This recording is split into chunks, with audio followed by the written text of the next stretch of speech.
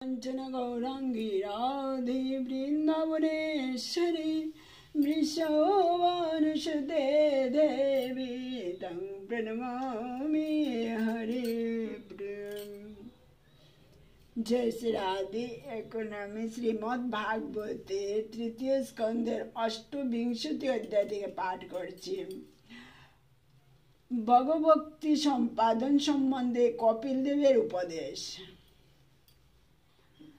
পরমেশ্বর ভগবান বললেন, হে মাতা, হে রাজপুত্রী, এখন আমি আপনার কাছে যুগের লক্ষণ বর্ণনা করব, যার উদ্দেশ্য হচ্ছে মনকে একাগ্র করা। এই পন্থা অনুশীলনের ফলে মানুষ প্রসন্ন হতে পারে এবং পরম সত্যের প্রতি অগ্রসর হতে পারে। মানুষের যথাসাধ্য স্বধর্ম আচরণ করা উচিত এবং বিধর্ম আচরণ পরিত্যাগ করা উচিত। ভগবানের কৃপায় তিনি যা প্রাপ্ত হন তা নিয়ে তার সন্তুষ্ট থাকা উচিত এবং শ্রী গুরুদেবের শ্রীপাদ পদ্মে আরাধনা করা উচিত। মানুষের কর্তব্য হচ্ছে প্রচলিত প্রথা অনুসারে তথাকথিত যে ধর্ম আচরণ হয় সেই সমস্ত গ্রাম্য ধর্ম পরিত্যাগ করে মুক্তির পথে এগিয়ে নিয়ে যায় যে মুখ্য ধর্ম, তার প্রতি আকৃষ্ট হওয়া। মিতাহারী হয়ে সর্বদা নির্জন স্থানে বাস করা উচিত, যাতে জীবনে চরম সিদ্ধি লাভ করা যায়। মানুষের উচিত অহিংসা এবং সততা অনুশীলন করা, চৌর্যবৃত্তি থেকে বিরত থাকা এবং জীবন ধারণের জন্য যতটুকু প্রয়োজন ততটুকুই সংগ্রহ করা। তার উচিত ব্রহ্মচর্য পালন করা, তপস্যা অনুষ্ঠান করা, পরিষ্কার থাকা, বেদ অধ্যয়ন করা এবং পরমেশ্বর ভগবানের আরাধনা করা, মৌন অবলম্বন করা, বিভিন্ন প্রকার যোগ আসন অভ্যাসের দ্বারা স্থৈর্য লাভ করা, প্রাণবায়ু নিয়ন্ত্রণ করা, ইন্দ্রিয়গুলোকে বিষয় থেকে প্রত্যাহার করা এবং এইভাবে মনকে হৃদয়ে একাগ্র করা যোগীর পক্ষে অবশ্য কর্তব্য।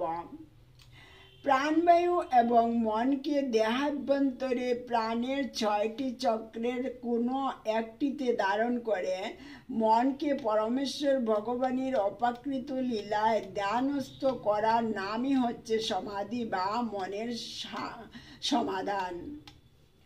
এই পন্থার দ্বারা অথবা অন্য কোনো সঠিক পন্থার দ্বারা কুলসিত এবং জড় সুখভোগের প্রতি সর্বদাই আকৃষ্ট অসংযত মনকে নিয়ন্ত্রিত করা অবশ্য কর্তব্য।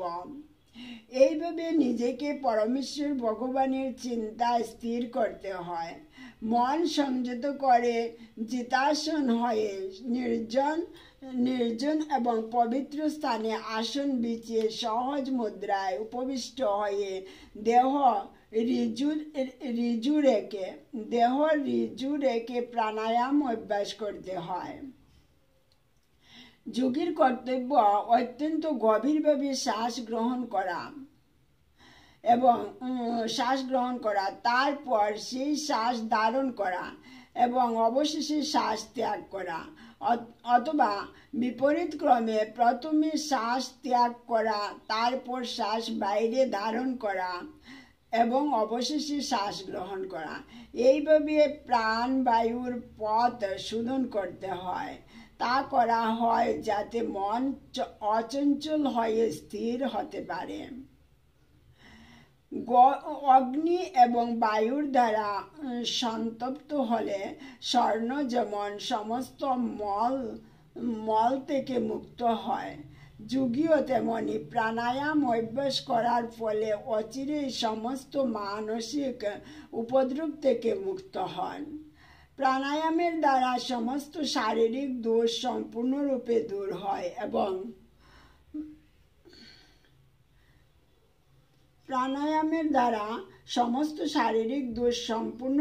দূর হয় এবং ধারণার দ্বারা সমস্ত পাপ কর্ম থেকে মুক্ত হওয়া যায়। প্রত্যাহারের দ্বারা বিষয় সংসর্গজনিত দোষ থেকে মুক্ত হওয়া যায় এবং পরমেশ্বর ভগবানের ধ্যানের দ্বারা জড় জগতের আসক্তিজনিত 3 গুণের বন্ধন থেকে মুক্ত হওয়া যায়। যোগ অভ্যাসের দ্বারা মন যখন সম্পূর্ণরূপে শুদ্ধ হয় তখন অর্ধ নির্মিলিত নেত্রে স্বীয় নাসিকার অগ্রভাগে দৃষ্টিপাত করে পরমেশ্বর ভগবানের রূপের ধ্যান করতে হয়।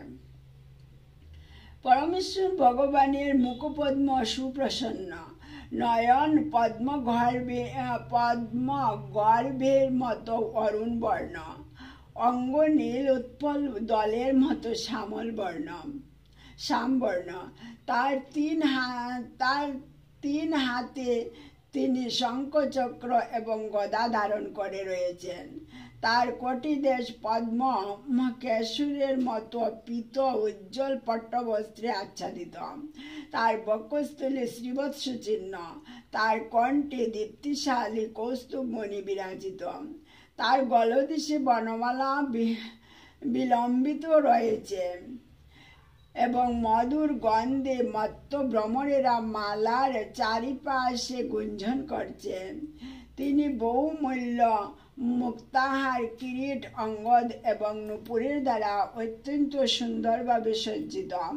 তার কটিদেশে কাঞ্চিধাম, তিনি তার ভক্তের হৃদয় কমলে দণ্ডায়মান। তার মতো সুন্দর দর্শনীয় বস্তু আর কিছু নেই এবং তার প্রশান্ত বিগ্রহ তার ভক্ত দর্শকের মন এবং নয়নের আনন্দ বর্ধন করে। ভগবান অত্যন্ত সুন্দর দর্শন এবং তিনি সর্বলোকের আরাধ্য। তিনি নিত্য নব কিশোর এবং সর্বদাই তার ভক্তদের প্রতি কৃপা বিতরণে উৎসুক। ভগবানের মহিমা সর্বদাই কীর্তন করার যোগ্য, কারণ তার মহিমা তার ভক্তদের মহিমা বর্ধন করে।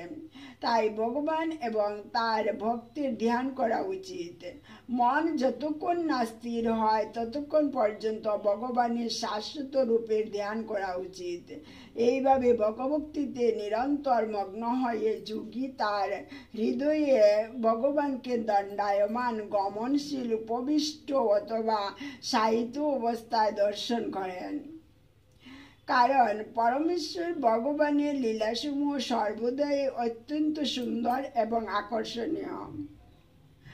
তার মনকে ভগবানের শাশ্বত রূপে নিবদ্ধ করে যোগী ভগবানের পূর্ণ অবয়বের সম্যক দর্শন না করে এক একটি অঙ্গে মনকে স্থির করবেন। ভক্তের কর্তব্য হচ্ছে প্রথমে ধ্বজ, বজ্র, অঙ্কুশ এবং পদ্মচিহ্নিত ভগবানের চরণ কমলের ধ্যান করা। সেই চরণ কমলের অত্যন্ত সুন্দর রক্তবর্ণের শুভমান নখরূপ চন্দ্রমণ্ডলের কিরণ ছটায় হৃদয়ের ঘন অন্ধকার দূরীভূত হয়। ভগবানের চরণ কমল প্রক্ষালিত জল থেকে উৎপন্ন গঙ্গার পবিত্র জল মস্তকে ধারণ করে শিব মঙ্গলময় হয়েছেন। ভগবানের শ্রীপাদ পদ্ম প্রক্ষিপ্ত বজ্রের মতো, যা ধ্যানকারীর মনে সঞ্চিত পর্বত সদৃশ পাপসমূহ ধ্বংস করে। অতএব দীর্ঘকাল যাবৎ ভগবানের শ্রী চরণারবিন্দ ধ্যান করা উচিত। যোগীদের কর্তব্য সৌভাগ্যের অধিষ্ঠাত্রী লক্ষ্মী দেবীর কার্যকলাপ হৃদয়ে ধ্যান করা, যিনি সমস্ত দেবতাদের দ্বারা পূজিতা এবং সৃষ্টিকর্তা ব্রহ্মার জননী। তিনি সর্বদা সচিদানন্দগণ ভগবানের পা এবং জঙ্ঘা তার করপল্লবের দ্বারা অত্যন্ত যত্ন সহকারে সেবা করে থাকেন। তারপর যোগী পরমেশ্বর ভগবানের উরুদ্বয়ের ধ্যান করবেন, যা সমস্ত শক্তির আধার। তার অতসী পুষ্পের মতো শুভ্র শ্যামল, এবং ভগবান যখন গরুড়ের স্কন্ধে বাহিত হন তখন তা সবচাইতে সুন্দর বলে প্রতিভাত হয়।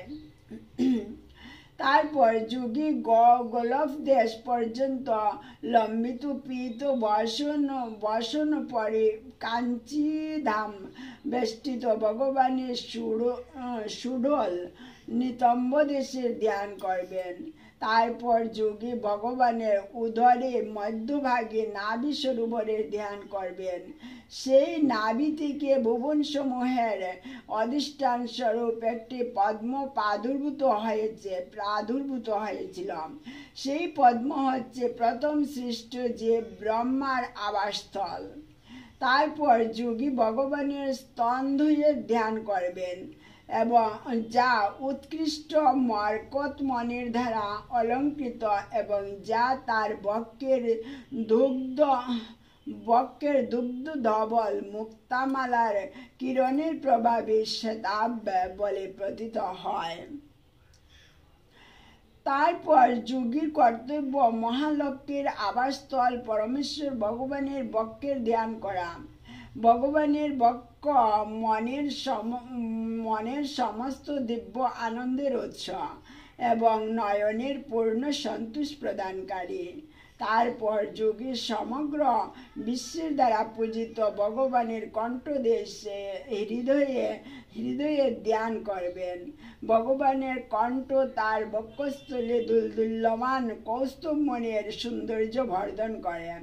তারপর যোগীর ভগবানের 4টি বাহুর ধ্যান করা উচিত, যা জড় প্রকৃতির বিভিন্ন কার্যের নিয়ন্ত্রণকারী, দেবতাদের সমস্ত শক্তির উৎস।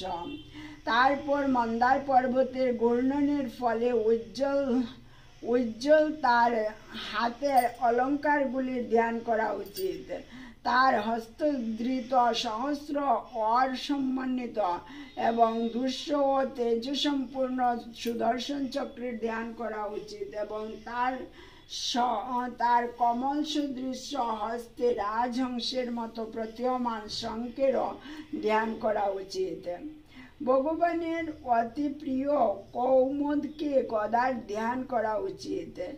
এই গদা বৈরী ভাবাপন্ন অসুরদের সংহার করার ফলে তাদের সুনীত পঙ্কে সিক্ত গুঞ্জনরত মধুকর কুলের দ্বারা সর্বদা পরিবেষ্টিত তার অতি সুন্দর বনমালার এবং সর্বদা ভগবানের সেবায় যুক্ত বিশুদ্ধ জীবতত্ত্ব স্বরূপ তার গলার মুক্তাহারের ধ্যান করা উচিত। তারপর যোগী ভগবানের কমল সদৃশ্য মুখমণ্ডলের ধ্যান করবেন, যিনি তার উৎসুক ভক্তদের অনুকম্পা করার জন্য তার বিভিন্ন রূপ এই জগতে প্রকট করেন। তার সুকোমল গণ্ডস্থল দীপ্তিমান মকর কুণ্ডলের সঞ্চালনে উজ্জ্বল, এবং তার উন্নত নাসিকা তার মুখ কমলে এক অপূর্ব শোভায় উদ্ভাসিত করেছে। যোগী তারপর ভগবানের সুন্দর মুখমণ্ডলের ধ্যান করবেন, যা কুঞ্চিত কেশ দাম পদ্ম সদৃশ নয়ন এবং নিত্যপর ভ্রুযুগলের দ্বারা শোভিত। তার মুখকমল মধুকর পরিবেষ্টিত পদ্মফুলকে লজ্জা দেয়, এবং তার নেত্রদ্বয় তাদের শোভার দ্বারা সন্তরণশীল মীন যুগলকে লজ্জা দেয়। যোগীর কর্তব্যপূর্ণ ভক্তি সহকারী ভগবানের অনুকম্পাপূর্ণ চক্ষুর অবলোকন একাগ্র চিত্তে ধ্যান করা, কারণ তা তার ভক্তদের ভয়ঙ্কর ত্রিতাপ দুঃখ থেকে মুক্ত করে। জয় রাধে। তার সুস্নিগ্ধ হাস্যযুক্ত দৃষ্টিপাত তার অন্তহীন কৃপায় পূর্ণ। যোগীর এইভাবে ভগবান শ্রীহরির অত্যন্ত মনোরম হাস্যের ধ্যান করা উচিত, যা তার শরণাগতের গভীর সুখ থেকে উৎপন্ন অশ্রুর সমুদ্র শোষণ করে। যোগীর ভগবানের বঙ্কিম ভ্রুযুগলেরও ধ্যান করা উচিত, যা সাধুদের উপকারার্থে কামদেবকে মোহিত করার জন্য তিনি তার অন্তরঙ্গা শক্তি থেকে প্রকট করেছেন। যোগীর কর্তব্য প্রেমাপ্লুত ভক্তি সহকারে ভগবান শ্রী বিষ্ণুর মধুর হাস্য তার হৃদয়ের অন্তঃকরণে অন্তঃস্থলে ধ্যান করা।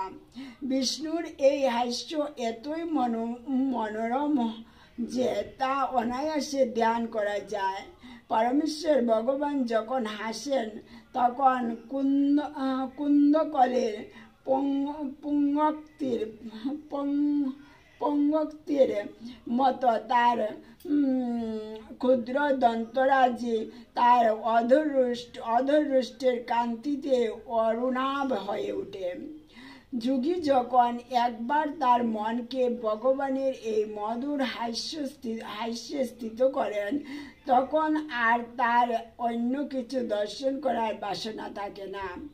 এই পন্থা অনুসরণের দ্বারা যোগীর চিত্তে ভগবান শ্রীহরির প্রতি ধীরে ধীরে ভাবের উদয় হয়।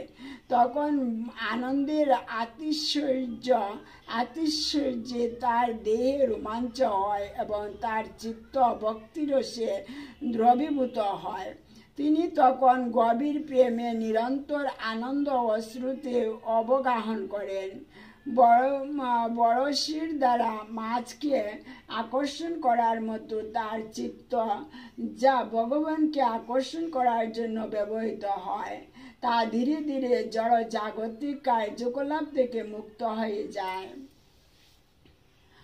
মন যখন এইভাবে সমস্ত জড় কুলস থেকে মুক্ত হয় এবং জড় বিষয় থেকে বিরক্ত হয় তখন দীপশিখা যেমন তৈলের অভাবে নির্বাপিত হয়ে যায়, তেমনি মন ও ইন্দ্রিয়সমূহের বিষয় গ্রহণের প্রবাহ থেকে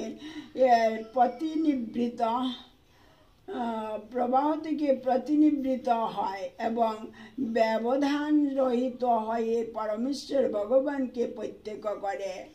এইভাবে সর্বোচ্চ চিন্ময় স্তরে অধিষ্ঠিত হওয়ার ফলে মন সমস্ত কর্মফল থেকে নিবৃত্ত হয়ে সমস্ত জড় সুখ এবং দুঃখের ধারণার অতীত স্বীয় মহিমায় অবস্থিত হয়। যোগী তখন পরমেশ্বর ভগবানের সঙ্গে তার সম্পর্ক উপলব্ধি করেন। তিনি তখন বুঝতে পারেন যে সুখ দুঃখ এবং তাদের প্রতিক্রিয়া যেগুলির কারণ তিনি স্বয়ং বলে মনে করেছিলেন, প্রকৃতপক্ষে যা অবিদ্যাজনিত অহংকারের ফল। যেহেতু তিনি তার স্বরূপ উপলব্ধি করেছেন সম্পূর্ণরূপে সিদ্ধ জীবের, তাই আর তখন বোধ থাকে না তার জড় দেহটি কিভাবে চলাফেরা করছে এবং কার্য করছে, ঠিক যেমন মদ্যপানে উন্মত্ত ব্যক্তি বুঝতে পারে না তার শরীরে বসন আছে কি নেই। এই প্রকার মুক্ত যোগীর ইন্দ্রিয় সহ শরীরের দায়িত্ব পরমেশ্বর ভগবান স্বয়ং গ্রহণ করেন এবং সেই দেহ আরব্ধ কর্মের সমাপ্তি পর্যন্ত কার্য করে। স্বরূপে জাগ্রত মুক্ত ভক্ত এইভাবে যোগের চরম সিদ্ধ অবস্থা সমাধিতে অবস্থিত হয়ে সেই দেহকে এবং দেহ সম্পর্কিত পুত্র কলত্রাদিকে আর ভজনা করেন না। এইভাবে তিনি তার দেহের কার্যকলাপকে স্বপ্নদৃষ্ট কার্যকলাপ বলে মনে করেন। পরিবার এবং সম্পত্তির প্রতি আধিপত্য অত্যাধিক স্নেহের ফলে মানুষ যেমন তার পুত্র এবং তার বৃত্তকে নিজের বলে মনে করে এবং তার জড় শরীরের প্রতি আসক্তির ফলে তার এই প্রকার মমত্ব বোধ হয়। কিন্তু প্রকৃতপক্ষে মানুষ বুঝতে পারে যে তার পরিবার এবং তার বৃত্ত তার থেকে ভিন্ন। তেমনি মুক্ত যে বুঝতে পারে যে তার দেহ তার থেকে ভিন্ন। জ্বলন্ত অগ্নি যেমন অগ্নিশিখা থেকে, স্ফুলিঙ্গ থেকে এবং ধূম থেকে ভিন্ন, যদিও তারা সকলে জ্বলন্ত কাষ্ঠ থেকে উদ্ভূত হওয়ার ফলে পরস্পরের সঙ্গে ঘনিষ্ঠভাবে সম্পর্কিত। পরমেশ্বর ভগবান, যিনি পরম ব্রহ্ম নামে পরিচিত, তিনি হচ্ছেন দ্রষ্টা। তিনি পঞ্চমহাভূত, ইন্দ্রিয় এবং চেতনা সংযুক্ত জীবাত্মা বা ব্যষ্টি জীব থেকে ভিন্ন। যোগীর কর্তব্য সমস্ত প্রকাশে সেই একই আত্মাকে দর্শন করা, কারণ যা কিছু বিদ্যমান তা সবই পরমেশ্বর ভগবানের বিভিন্ন শক্তির প্রকাশ। এইভাবে ভক্তির কর্তব্য ভেদভাব রহিত হয়ে সমস্ত জীবদের দর্শন করা, সেটি হচ্ছে পরমাত্মা উপলব্ধি। অগ্নি যেমন বিভিন্ন প্রকার কাষ্ঠে বিভিন্ন রূপে প্রতিভাত হয়, তেমনি জড়া প্রকৃতির গুণের বিভিন্ন পরিস্থিতিতে শুদ্ধ জীবাত্মা বিভিন্ন দেহে প্রকট হয়। এইভাবে মায়ার দূরত্বয়া মোহময়ী প্রভাব জয় করে যোগী তার স্বরূপে স্থিত হতে পারেন। এই মায়া জড় সৃষ্টির কার্য এবং কারণ রূপে উপস্থিত, তাই তাকে জানা অত্যন্ত কঠিন। জয় শ্রী রাধে। হরে কৃষ্ণ কৃষ্ণ কৃষ্ণ হরে হরে, হরে রাম রাম রাম হরে হরে। জয় শ্রী রাধে। ভুল ভ্রান্তি অপরাধ মাফ করবেন।